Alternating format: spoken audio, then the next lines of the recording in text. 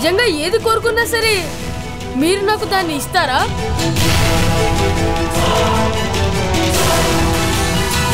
కానీ అది కేవలం సైనికులకే. ఒకవేళ నేను వాళ్ళకంటే ముందే తీసుకుని వస్తే?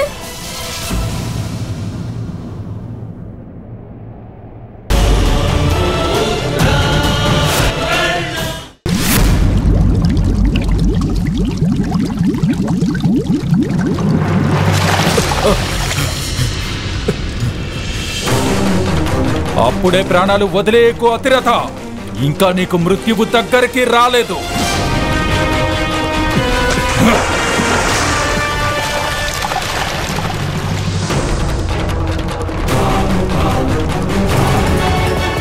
గొప్ప ప్రతాపవంతుడా నీ కొడుకు, దివ్యమైన వాడా.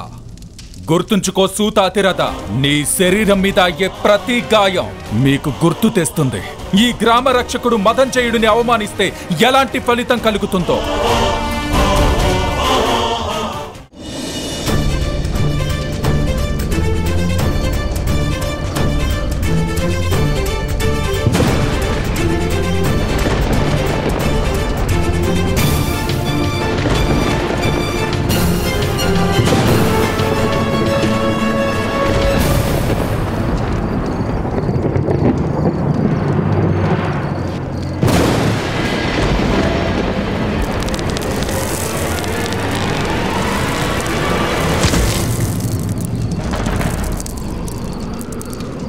సాయం చేయండి. ఈ ముసలాడికి సాయం చేసే వాళ్ళు ఎవరైనా ఉన్నారా? అక్కడెవరకు సహాయం అవసరం అనుకుంటా. కేవలం అది మాయే బాలక. పద. ఈశ్వర, నాకు ఈ బాధ నుంచి విముక్తి కలిగించు. సాయం చేయండి.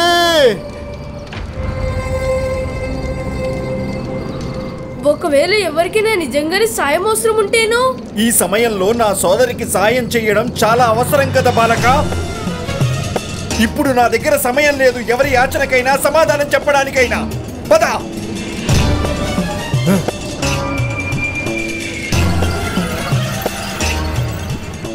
ఎవరైనా ఉన్నారా? సాయం చేయండి.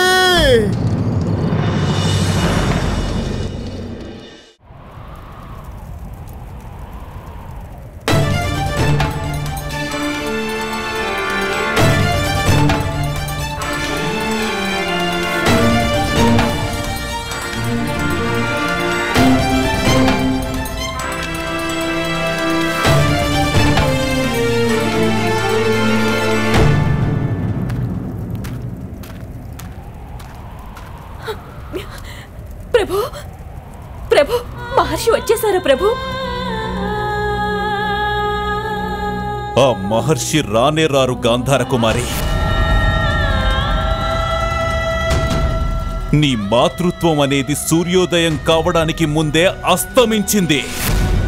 అసంభవం. అలా జరగడానికి వీల్లేదు. మహాదేవుడిచ్చిన వరం విఫలం కాదు కదా ప్రభు. మహాదేవుడి వరం విఫలం కాలేదు గాంధార కుమారి. నీ జన్మే విఫలమయ్యింది. సింహం పాలు కేవలం బంగారు పాత్రలో మాత్రమే నిలుస్తాయి. వరాన్ని పొందగలిగే పాత్రత నీ వద్ద లేదు గాంధారే. అందువల్లే ఇప్పుడు హస్తినాపురానికి రాణిగా ఉండే యోగ్యత నీ వద్ద లేదు గాంధారే.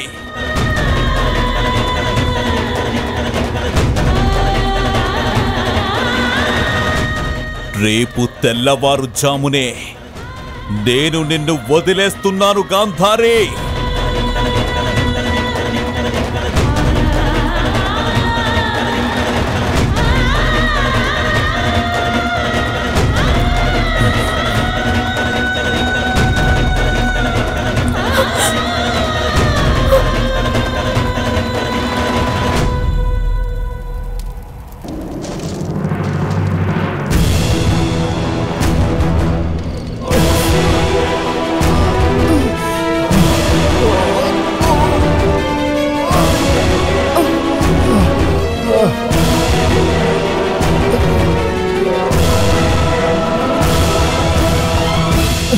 బాలక, నాయనా, నాకు సహాయం చెయ్యి.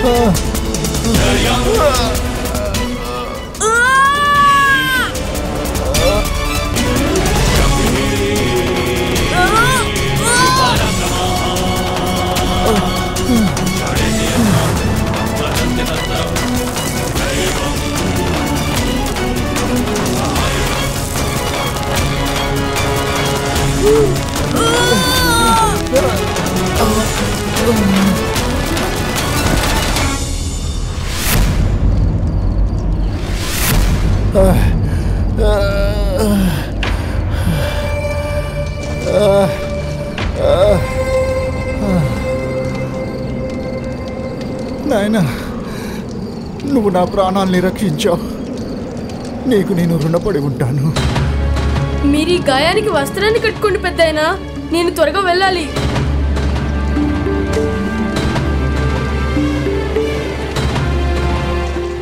బాలక,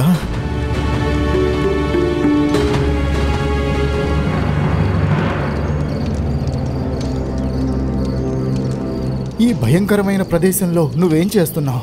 వ్యాస మహర్షిని వెతుకుతున్నాను. ఆయన్ని హస్తినాపురానికి తీసుకువెళ్ళాలి, సూర్యోదయానికి ముందే. కానీ ఆ మహర్షి తన తపస్సుని భగ్నం చేసుకోరు. తప్పకుండా చేస్తారు. మా నాన్న ప్రాణాలు సంకటంలో ఉన్నాయి. ఒకవేళ అవసరం పడితే నేను ఆయన్ని తల మీద పెట్టుకుని తీసుకెళ్తాను.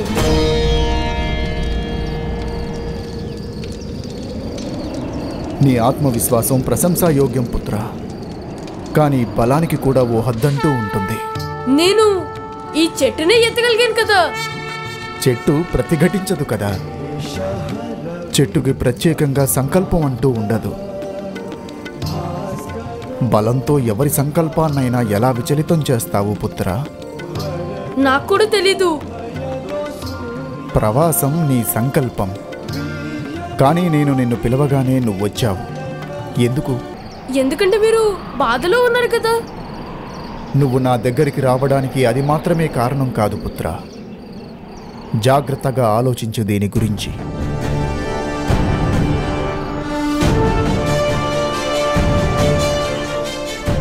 ఇంక నువ్వు వెళ్ళు నాయనా. యశస్వి భవ.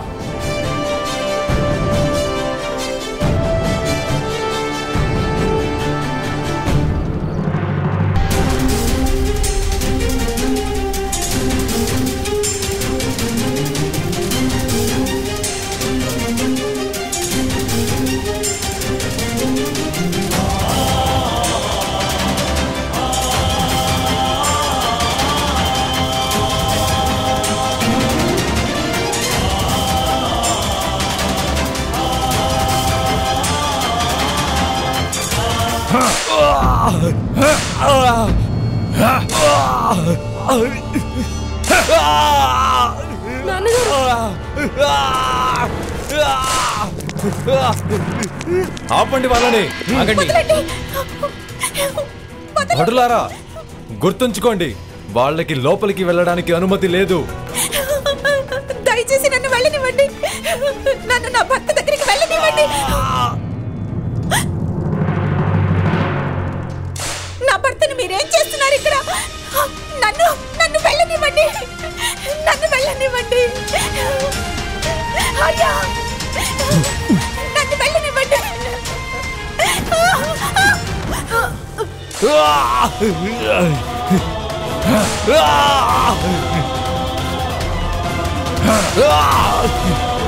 సోదర కర్ణ, త్వరగా వచ్చాయి. నాన్నగారిని నువ్వే రక్షించాలి. కర్ణ, ఇప్పుడు నువ్వే మాకున్న ఏకైక ఆధారం.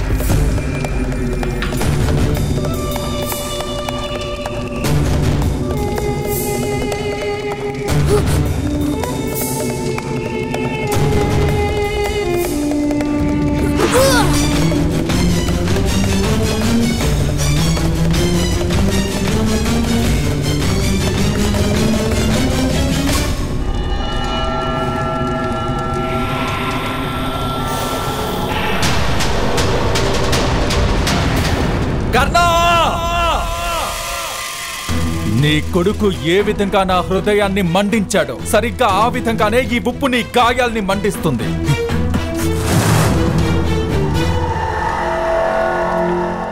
నీ కొడుకు మహామునిని తీసుకురావడానికి వెళ్ళాడు. మహామునిని హస్తినాపురానికి తీసుకొచ్చి తను నిన్ను విడిపించమని కోరాలనుకుంటున్నాడు. తను మూర్ఖుడు.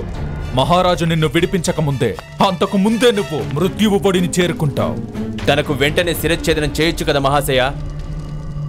అలా చెయ్యలేం కదా. సంప్రదాయం ప్రకారం శిరచ్ఛేదనం ప్రాతకాలంలోనే చెయ్యాలి. పైగా ఇతని బాధని చూస్తుంటే నాకు ఆనందం కలుగుతుంది. దాన్ని వద్దనుకుని వెంటనే ఇతన్ని చంపేయడం వల్ల ఏంటి ప్రయోజనం? దెబ్బలు తిని తిని ఇతను చచ్చిపోతాడు. నువ్వు తెల్లారేదాకా ఎదురు చూడకు మదంజయ. అలాగైతే నీ ఆశ ఎప్పటికీ నెరవేరకపోవచ్చు. నా పుత్రుడు తప్పకుండా విజయం సాధించి తీరుతాడు. ఈ ప్రపంచంలో ఏ మాయా శక్తి అయినా సరే తన మార్గానికి ఆటంకం కలిగించలేదు.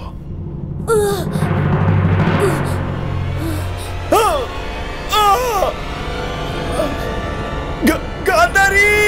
గాంధారి!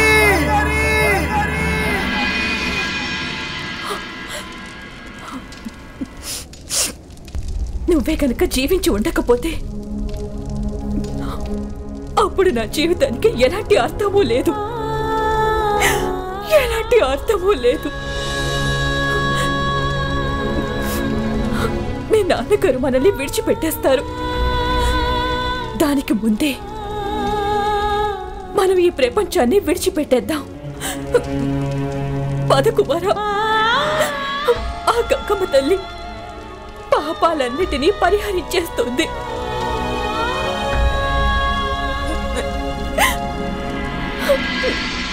వ్యాస మహర్షి, మిమ్మల్ని హస్తినాపురానికి తీసుకెళ్లకుండా నేను మృత్యువునైనా సరే దారి చేరినివ్వను.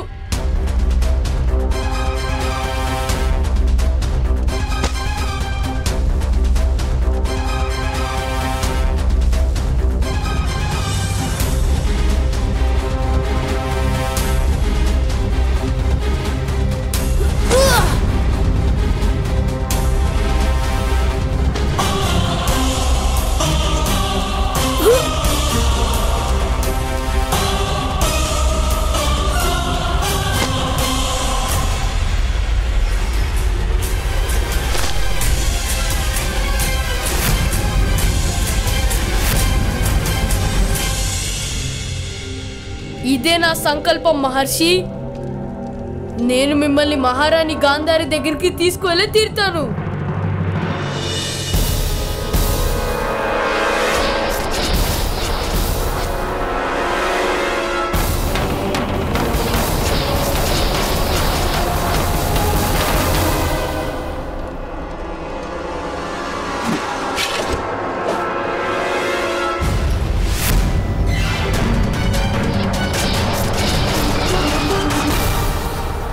ప్రవాసం నీ సంకల్పం.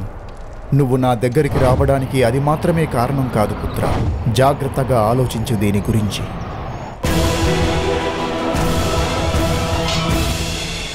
నా సంకల్పాన్ని మీ అభ్యర్థన భగ్నం చేసింది.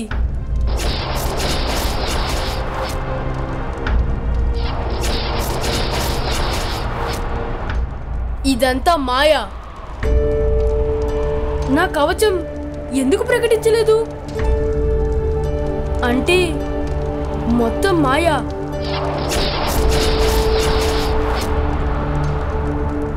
ఇది వ్యాస మహర్షి సంకల్పమా? ఆయన తన తపస్సుని భగ్నం కానివ్వరు. ఆయన సంకల్పం కేవలం నా భక్తి వల్లనే భగ్నం అవుతుంది. నా అభ్యర్థన వల్లనే భగ్నం అవుతుంది.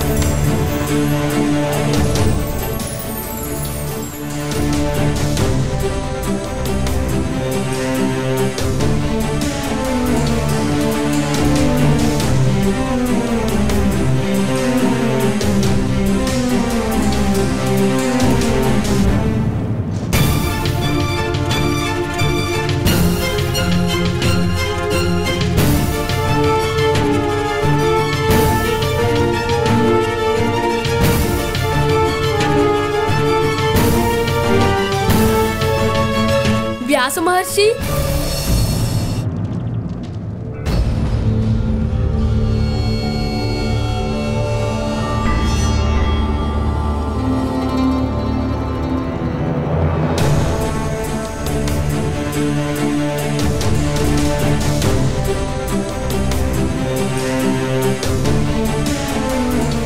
అద్భుతం పుత్ర. నా ఏకాంతాన్ని కాపాడుకోవడం కోసం ఇంత యంత్రాంగాన్ని సిద్ధం చేసుకున్నాను, కానీ వాటన్నిటినీ దాటుకుని కేవలం నువ్వు మాత్రమే రాగలిగావు మా దగ్గరికి. ఎందుకంటే నేను మా నాన్నగారికి న్యాయం చేయాలి. న్యాయం కోసం ఒక బాలకుడు పోరాటం చేయాల్సి వచ్చిందా? ఇది ఆ రాజ్యం దుర్దశకు ఆరంభమే. పద.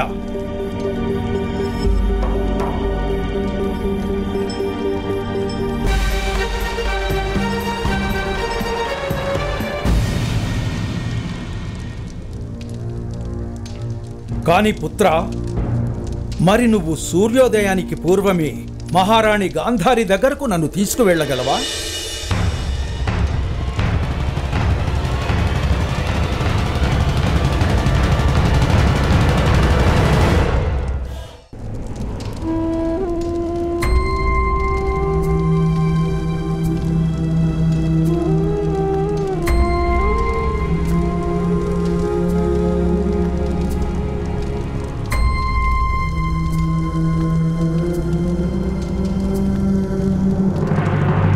మహారాణి, ఇవి నా జీవితంలో ఆఖరి క్షణాలు. నన్ను ఒంటరిగానే వెళ్ళనివ్వు.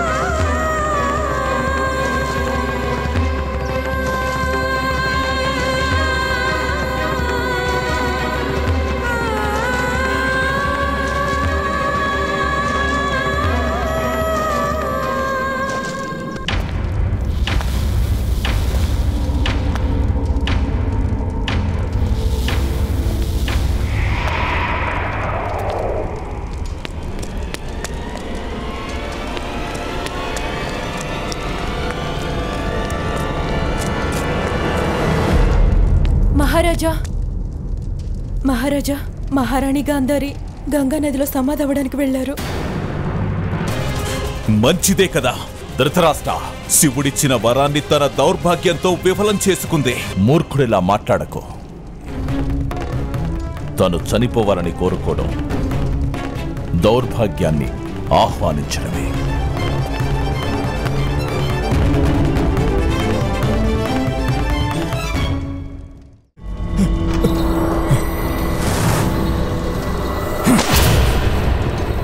నీ మృత్యువుకి సమయం ఆసన్నమవుతుంది అతిరథ.